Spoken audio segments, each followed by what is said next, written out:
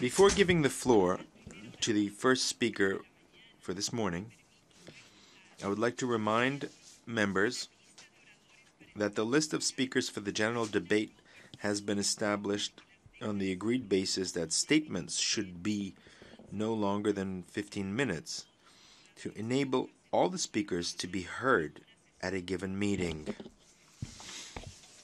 Within this time frame, I would like to appeal to speakers to deliver their statements at a reasonable pace so that interpretation in the other official United Nations languages may be provided properly.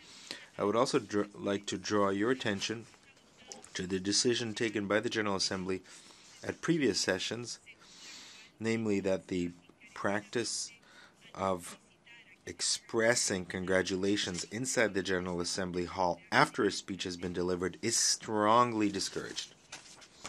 In this connection, after delivering their statements, speakers are invited to exit the General Assembly hall through room GA 200, located behind the podium, before returning to their seats. May I take it that the General Assembly agrees to proceed in the same manner during the general debate of the 73rd session? It is so decided. Finally, I would like to draw to the attention of members that during the general debate, official photographs of all the speakers are taken by the Department of Public Information. Members interested in obtaining these photographs are requested to contact the Photo Library of the United Nations.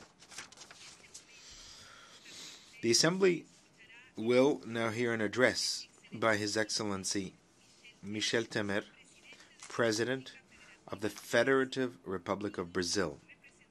I request protocol to escort His Excellency.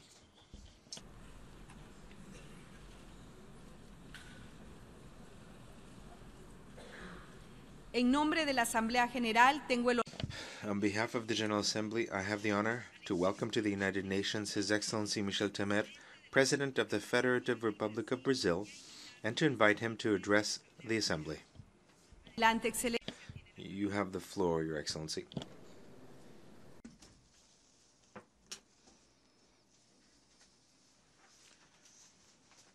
Madam President of this General Assembly, Maria Espinosa, Secretary General of the United Nations Organization, Antonio Guterres, ladies and gentlemen, heads of state and heads of delegation, ladies and gentlemen at large.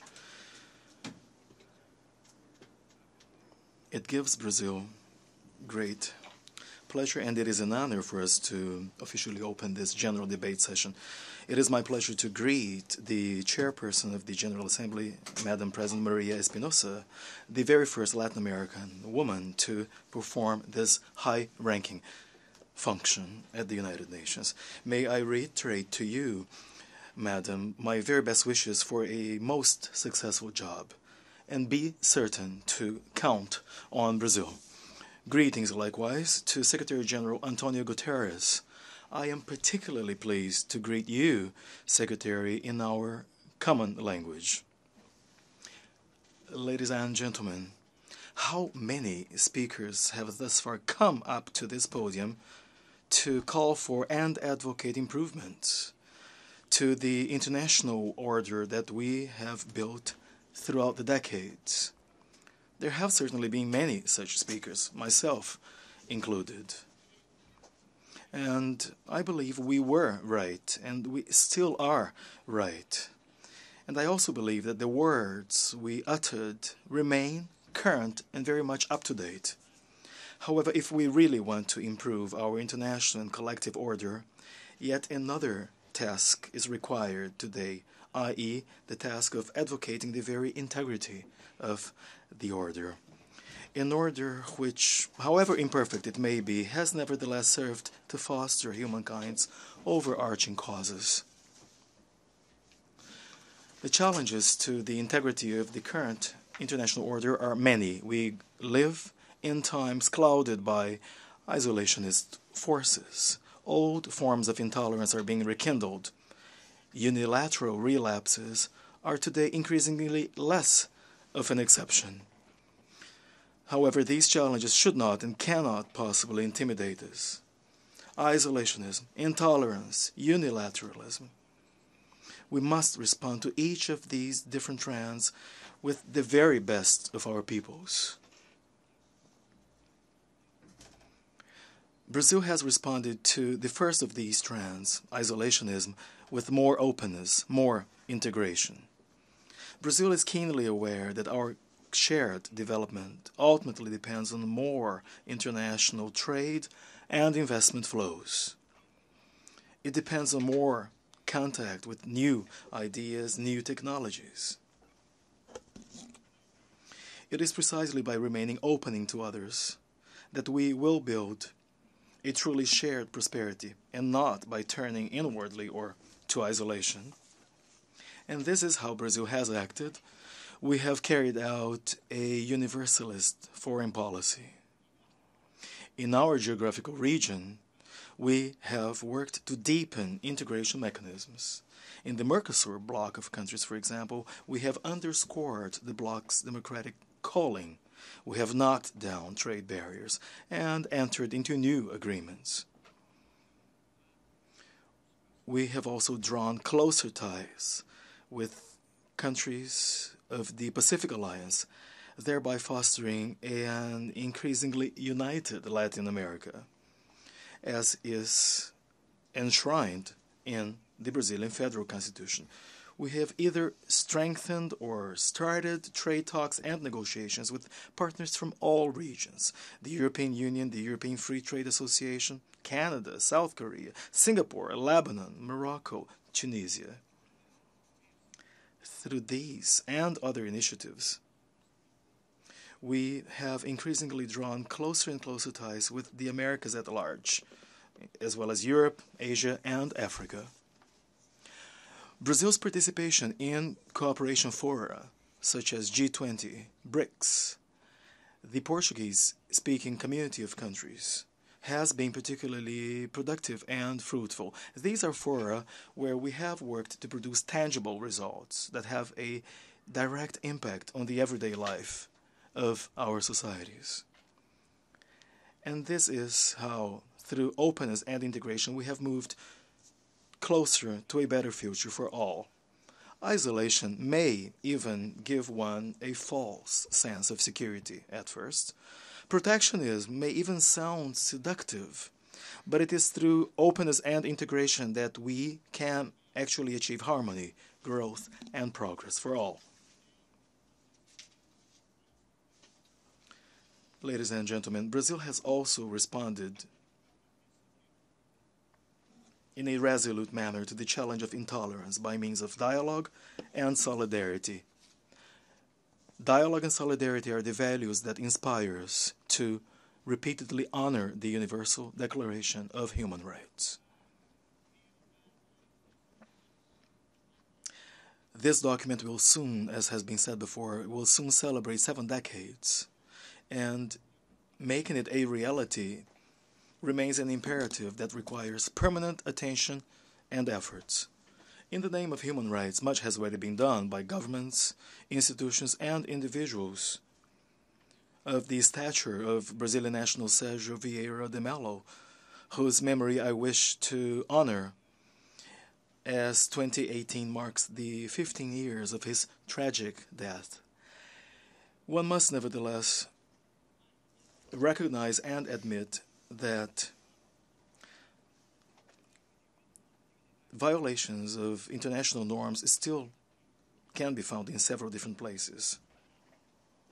The international norms that protect individuals and human integrity. In Latin America, Brazil has worked to preserve democracy and human rights. Working together with so many other countries, we will continue to stand side by side with our brotherly peoples who have suffered so much. Dialogue and solidarity are also at the very origin of the Global Compact for Migration, whose negotiations we have just completed. There are currently more than 250 million migrants all over the world. These are men, women, children who have been threatened by lingering crises and are ultimately led to make the difficult and risky decision to leave their homelands.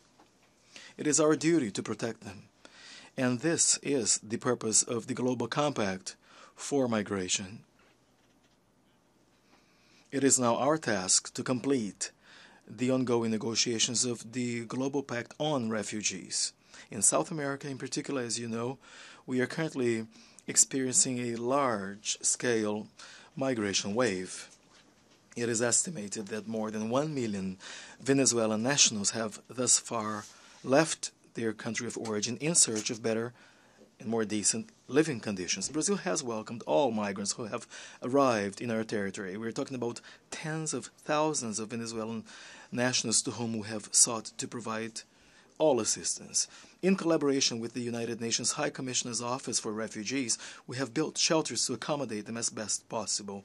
We have also, ladies and gentlemen, arranged for them to be taken to other regions of Brazil. We have also issued formal documents that enable them to actually work in Brazil. We have also offered schooling opportunities for children, plus vaccination and health care to all of them. But we know that the solution to the migration crisis will be forthcoming when our neighboring country, Venezuela, again finds the path to development. In Brazil, we are proud of our tradition of hospitality. We are, after all, a country that was made out of diversity. There's actually a piece of the world in every Brazilian national. Faithful and in line with this tradition, last year we enacted a new migration law, a modern, up-to-date piece of legislation that not only protects migration or migrants' dignity, but also recognizes the benefits of migration. We have also expanded rights, and we have streamlined requirements to enter and stay in Brazil as a migrant. And since dialogue and solidarity are antidotes that help us fight intolerance and bigotry, they are also the very cornerstone of long-lasting peace. In view of the different crises facing the Middle East, this has been the cornerstone of the Brazilian position. This year, we joined the ongoing celebrations of Israel's 70th anniversary, and Brazil renews its support to the two-state solution, Israel and Palestine, living side by side in peace and in security. We have further supported international efforts to put an end to the ongoing conflict in Syria, a conflict that has been going on for too much time. We have sought to help mitigate so much suffering. In 2017 alone, to give you one example, Brazil donated nearly 1 ton of medicines and vaccines to assist the children affected by the conflict in Syria. We have also welcomed and accommodated a substantial number of refugees from Syria. In the Korean Peninsula, as mentioned earlier, a sense of dialogue and solidarity have also informed our position. We reiterate our support to diplomatic solutions that will promote denuclearization and peace. And as I said before, it is through dialogue and solidarity that we will overcome intolerance and build peace. Nelson Mandela, whose centenary we celebrate this year, said that it is our duty to strive towards a world of tolerance and respect for difference, and work towards an unswerving, unwavering commitment to peaceful solutions to conflicts and disputes. Lastly, we have before us the challenge of unilateralism. We have responded to that challenge by means of more diplomacy, more multilateralism. And we have done so with the strong conviction that collective problems require collectively coordinated responses. Hence, the overarching meaning and purpose of the United Nations as an organization. After all, this is by definition and first and foremost, the House for Mutual Understanding. We must strengthen this organization. We must make it increasingly legitimate and effective. And that is why we also need important reforms to be carried out, including that of the Security Council, which, as it is today in its current configuration, reflects a world that no longer exists. In sum, we must also reinvigorate the values of democracy and of the multilateral system. We have repeatedly proved that together we are able of doing a great deal when these values guide our actions. This is how we have taken a historical step last year by completing the treaty on the prohibition of nuclear weapons. I myself had the honor of being the very first head of state to sign that treaty. And that is how, in the course of decades, we have built a multilateral system of trade, a robust multilateral system of trade with increasingly comprehensive rules and endowed with a credible and effective dispute settlement mechanism. These are historical achievements that all of us have achieved or accomplished, and which we should all honor and broaden by eliminating so many distortions to agricultural trade which have affected above all developing countries. And it is not only in matters involving disarmament and nuclear non-proliferation or international trade that diplomacy and the multilateral system can provide us with actual solutions. It is also true and applies to so many other fields of human activity, such as, for instance, sustainable development, which is really critical for the future of humankind. Only in the past few years have we negotiated the 2030 Development Agenda and the Paris Agreement. These are absolutely key milestones that do position us properly in the path towards economic growth, coupled with social justice and respect for the environment. Brazil's priority and special commitment to sustainable development remains unmistakable. Examples abound. We are fully engaged in the ongoing movement towards an international low-carbon economy. More than 40% of Brazil's energy mix is clean and renewable. Actually, it is one of the most sustainable in the world. Ladies and gentlemen, our efforts to reduce deforestation have also been stepped up. The long-term trend is very encouraging. Today, in the Brazilian Amazon region, the deforestation rate is 75% lower than what it was back in 2004. We have established and expanded in Brazil in the past 2.5 years, ladies and gentlemen, several different environmental conservation units, which currently account for more than 4 times, for instance, the size of Norway or the Norwegian territory. Oceans are also a very dear cause to us. During the recent World Water Forum that we held in Brasilia earlier this year, we formally established preservation areas in Brazilian seas as vast as the territories of Germany and France together. In 2 years, we have doubled the total size of preservation areas in Brazil. Diplomacy and the multilateral system are likewise key tools for global security, as clearly shown, by the way, in the United Nations peacekeeping missions in which Brazil is proud to perform a high-profile role. And let us make no mistake, they are also key tools that help us overcome terrorism and tackle transnational crime. Trafficking in persons, arms trafficking, drug trafficking, money laundering, sexual exploitation are all criminal offenses that know no borders. They are scourges that erode the fabric of our societies and that can only be effectively tackled through concerted policies and actions. And that is precisely what we have done in our region. In Brasilia recently, a first ministerial meeting of the Southern Cone was held on border security. Since then, we have stepped up cooperation efforts with our neighboring countries to tackle transnational crime. Ladies and gentlemen, we must remain strongly united around this collective effort to build a world where peace, development, and human rights will prevail. We will not at all succeed alone. We will not at all do without diplomacy or without the multilateral system.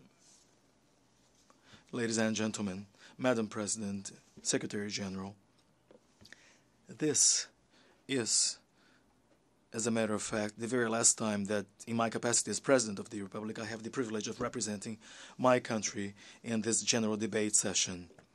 In 2 weeks, the Brazilian people will cast their votes as part of the upcoming elections, and they will choose the political leaders who, both at the executive and the legislative branches of power, will lead Brazil as of January 2019. And this is enshrined in the Brazilian Constitution.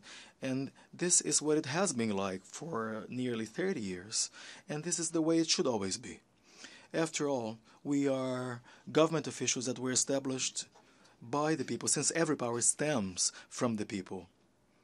And of course, the president is only the holder of power for a given period of time. And alternation in power is the very essence of democracy. And for us, ladies and gentlemen, we very much cherish our democracy and view it as a vibrant democracy anchored on solid institutions. I will hand over the presidency to my successor with the peace of mind of having fulfilled my duty. In Brazil today, we can look back in hindsight and see just how much we have managed to do in so little time in my administration. We have rejected and said no to populism and overcome the worst recession in our history, a recession with severe consequences to society, especially to the poor in society. We have also repositioned government accounts in a responsible trajectory and restored economic credibility. We are growing again and creating jobs again. Social programs that were previously threatened by lack of proper controls in government spending were preserved and are now being expanded. We have therefore put Brazil back on the development track. The country I will hand over to whomever the Brazilian people elects is a better country than the one I received upon taking office. Much has yet to be done, true, but we have regained a clear sense of direction. The task at hand now consists in moving forward. The incoming administration and the incoming Congress will find consistent foundations on which they will be able to keep on building a more prosperous and more fair country. Ladies and gentlemen, all members of this General Assembly know all too well that they have and will always have in Brazil a firm ally for cooperation among nations. A country that, in view of isolationism, proposes more openness and more integration. A country that, in view of intolerance or bigotry, proposes more dialogue, more solidarity. A country that, in view of unilateralism, proposes more diplomacy and more multilateralism. In the words of our dear and late Kofi Annan, our mission is to confront ignorance with knowledge, bigotry with tolerance, and isolation with the outstretched hand of generosity. Thank you very much.